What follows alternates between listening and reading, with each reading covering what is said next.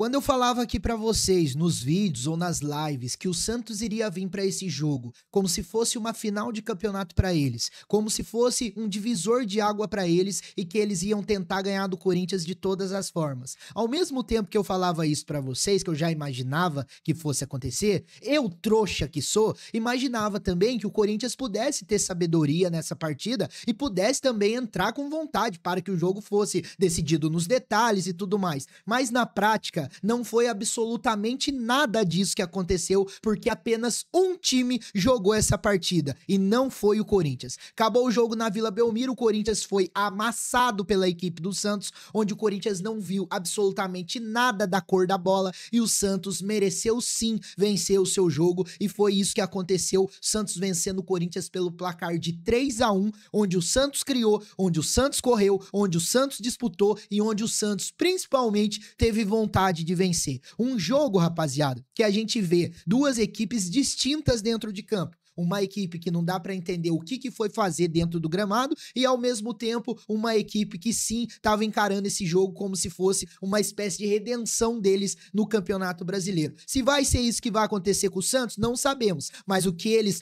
imaginavam que poderia acontecer, eles conseguiram fazer. Muito por incompetência do próprio time do Sport Clube Corinthians Paulista. O Corinthians vem numa formação parecida com a formação do jogo do Internacional, onde o Corinthians vem num 3-5-2, fazendo uma dobra ali sem o Matheus Bidu. Então veio com o Felipe Longo no gol, já vamos falar dele, porque eu vi que o pessoal da internet tá eufórico, já falando que o Felipe Longo não merece ser goleiro do Corinthians, que é chama-gol, que é bracinho de jacaré, já vamos falar em relação a isso. Felipe Longo no gol, o trio de zaga com Tchoca, Gustavo Henrique e Angileri, Mateuzinho na ala direita e Hugo Bota na ala esquerda. Meio campo, Ranielli, Maicon e Breno Bidon, no ataque Guinegão e Yuri Alberto. Aí começam as situações pra gente poder falar dessa partida. A gente já imaginava que Memphis Depay e Rodrigo Garro não estariam entre os titulares e de uma certa maneira eu até apoiava essa formação que foi imposta pelo Dorival Júnior no jogo de hoje. Pode ser que você não goste do 3-5-2, mas nos jogos que o Corinthians escolheu jogar bem, porque o time escolhe jogos para poder jogar, o Corinthians conseguiu desempenhar bem o seu futebol com essa formação.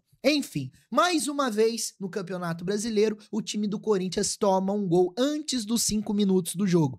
No comecinho, onde tá ali o pessoal tentando entender, começando a estudar o seu adversário, o Santos vai lá, faz 1-0 contra o Corinthians. Falha na marcação do Yuri Alberto, falha na recomposição do Mateuzinho. O Santos faz 1-0 no começo do jogo, já dá uma mudada total, aumenta ainda mais a animação do Santos dentro da partida, mas aí o Corinthians, ele tem uma burrice tão grande por parte do seu treinador e por parte desses jogadores que não tem um pingo de vergonha na cara, pelo fato de não ter um âmbito diferente dentro da partida. Eles não conseguem colocar a bola no chão e, apesar de ter tido mais posse de bola, foi um posse de bola fake, porque quem criou foi o Santos. O Corinthians no primeiro tempo não finalizou uma bola pro gol. Uma bola pro gol, tá? Então, o Santos continua criando as melhores oportunidades. O Mateuzinho hoje foi trucidado no lado direito e o Corinthians só queria sair jogando no lado esquerdo. Eu não entendi absolutamente nada o porquê do treinador Lucas e o Dorival, que acabou falando isso pra ele, não sei como é que foi, pra poder insistir daquele jeito. Aí entra, rapaziada, a situação que envolve o futebol brasileiro e que envolve os treinadores brasileiros e que envolve a cultura do futebol que é dito aqui no Brasil. Vou citar um exemplo para vocês.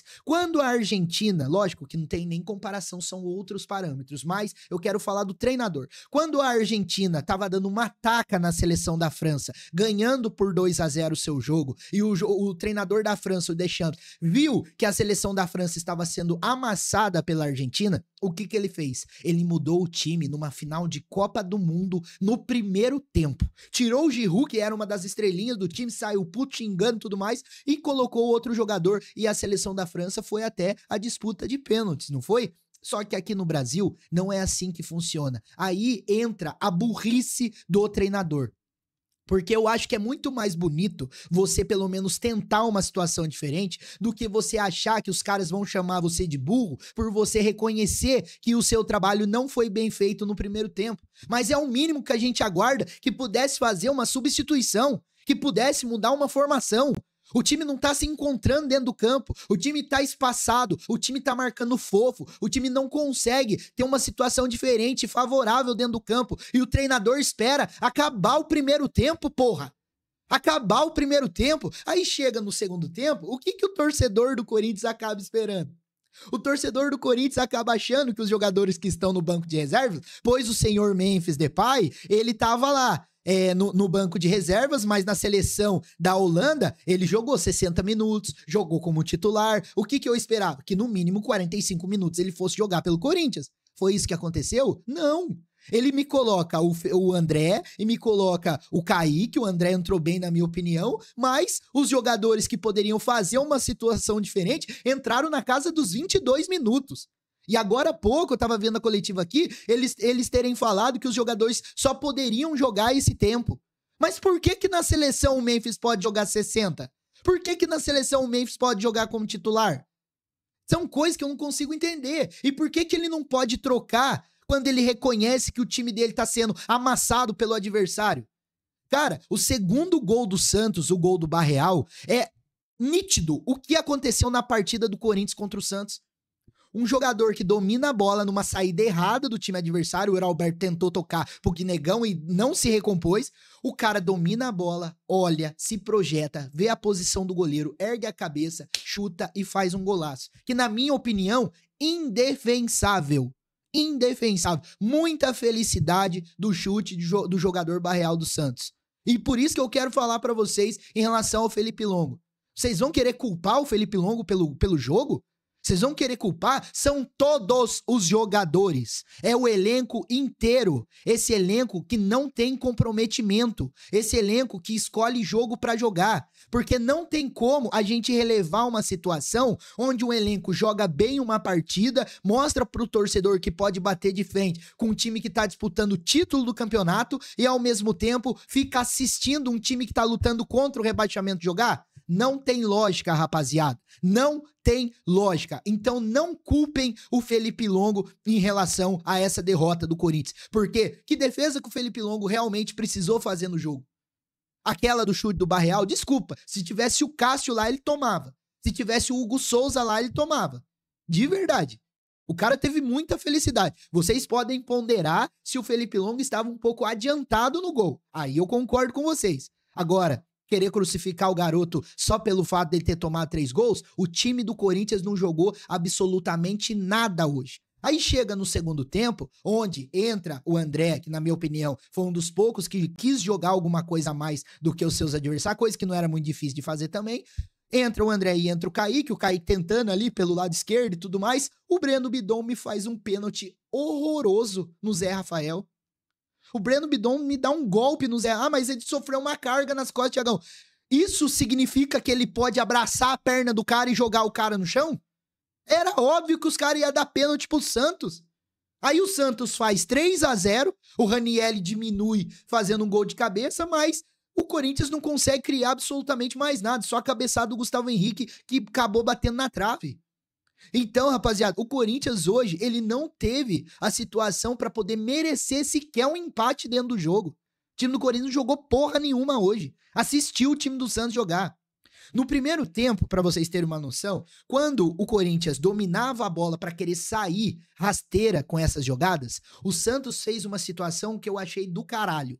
Do caralho. Eu vi na formação tática, ficou nítido. O Santos fez 2 linhas de 3 jogadores na frente do meio-campo do Corinthians. E o que isso quer dizer?